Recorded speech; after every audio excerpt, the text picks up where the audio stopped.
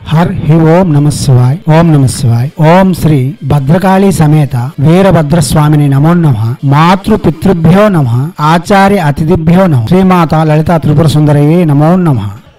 శివశక్తి స్వరూపులారా, మనం చాలా మంత్రయోగాలు తంత్రయోగాలు చెప్పుకుంటూ వస్తున్నాం. దానిలో భాగంగా చాలా రహస్యవంతమైన మంత్రములు కూడా అందిస్తూ వస్తున్నాం. ఇప్పుడు చెప్పబోయేది శోభనాయ యక్షిని. చాలా ప్రమాదకరమైనది, చాలా శక్తివంతమైనది. ఈమె సాధన చేయడం వలన రాజులను చేయగలదు. గాని ఈ మంత్ర జపం చేసేటప్పుడు కూడా ఒక యుద్ధం చేసేలాగే చేయవలసి ఉంటుంది. ఏ మాసంలోనైనా కృష్ణపక్షం నందలి పాడ్యమి నుండి మొదలుపెట్టి త్రయోదశి వరకు ఈ మంత్ర జపం చేసి చతుర్దశి నాడు అనగా అమావాస్య ముందు రోజు మహాశివరాత్రి రోజు నాడు రాత్రి వేళ జపం పూర్తి చేసుకుని యక్షిని రాకై వేచి ఉండాలి. ముందుగా మీరు ఈ మంత్ర జపం చేయాలనుకునేవారు ఏదైనా ఒక ఉపాసనలో ఉండాలి. ఇది మేము పదే పదే చెప్తున్నాం.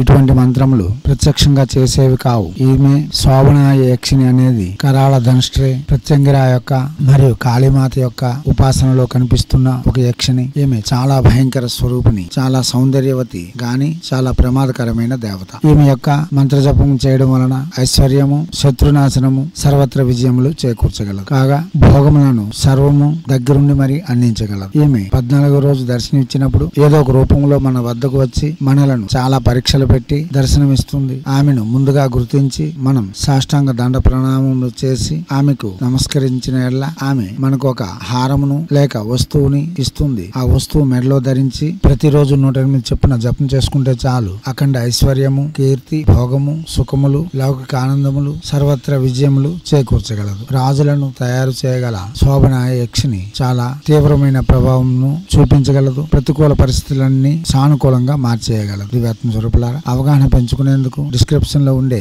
యక్షిని సాధన అనే ప్లేలిస్ట్ ని వినండి, అవగాహన పెంచుకోండి, తర్వాత జపములకు ఉపక్రమించండి. ఇప్పుడు మంత్రము ఓం అశోక పల్లవాకార కరాళే శోభనం శ్రీం క్షః స్వాహ. మంత్రం మరోసారి ఓం అశోక పల్లవాకార కరాళే శోభనం శ్రీం క్షః స్వాహ. మంత్రం మరోసారి ఓం అశోక పల్లవాకార కరాళే శోభనం శ్రీం క్షః స్వాహ. దివ్యాత్మ స్వరూపులారా, ఎటువంటి తొందరపాటు నిర్ణయాలు తీసుకోకుండా జాగ్రత్తగా ఆలోచిస్తూ ప్రసంగములను విని అవగాహన పెంచుకొని ఏదైనా ఒక ఉపాసన చేస్తూ ఈ మంత్ర జపం చేయవలసి ఉంటుంది. సుస్నాతులై ఉండాలి, శుచి శుభ్రతలు పాటించాలి. హైందవ సనాతన ధర్మంలో వస్తున్న విధులన్నీ వర్తిస్తాయి. మద్యపానము, మాంసభక్షణ, పరస్త్రీ వ్యామోహము, ధూమ్రపానము నిషేధం. ఇటువంటి మంత్రములు స్త్రీమూర్తులు చేయడానికి సాహసించవద్దు. ఒకవేళ అలా చేస్తే కొన్ని ఇబ్బందులకు గురయ్యే అవకాశాలున్నాయి. మీరు చేయాలనుకుంటే గురు సమక్షంలో గురువు యొక్క ఆధీనంలో చేయండి. దివ్యాత్మ స్వరూపులారా, ఎర్రని వస్త్రములు, ఉత్తర వైపు ముఖము శ్రేయదాయకము. ఈ మంత్రము గృహమందు చేయటకు వీలుండదు. చెరువు గట్టుకు వెళ్లి ఉత్తరాభిముఖంగా కూర్చునేలా చూసుకొని, మనం కూర్చునేది ఉత్తరాభిముఖంగా కూర్చోవాలి. చెరువు కూడా మనకు ఉత్తరకు ఉండాలి. అక్కడ గంగా సింధూరము లేక కటక్ సింధూరము తీసుకొని యంత్రము వేసి ఆ యంత్రమునకు అష్టదిగ్బంధన చేసి మధ్యలో శోభనాయ యక్షినికి ఆహ్వానాది షోడశోపచార పూజలు చేసి పంచపూజలు చేసి తర్వాత జపం చేయవలసి ఉంటుంది. ప్రతిరోజు 4400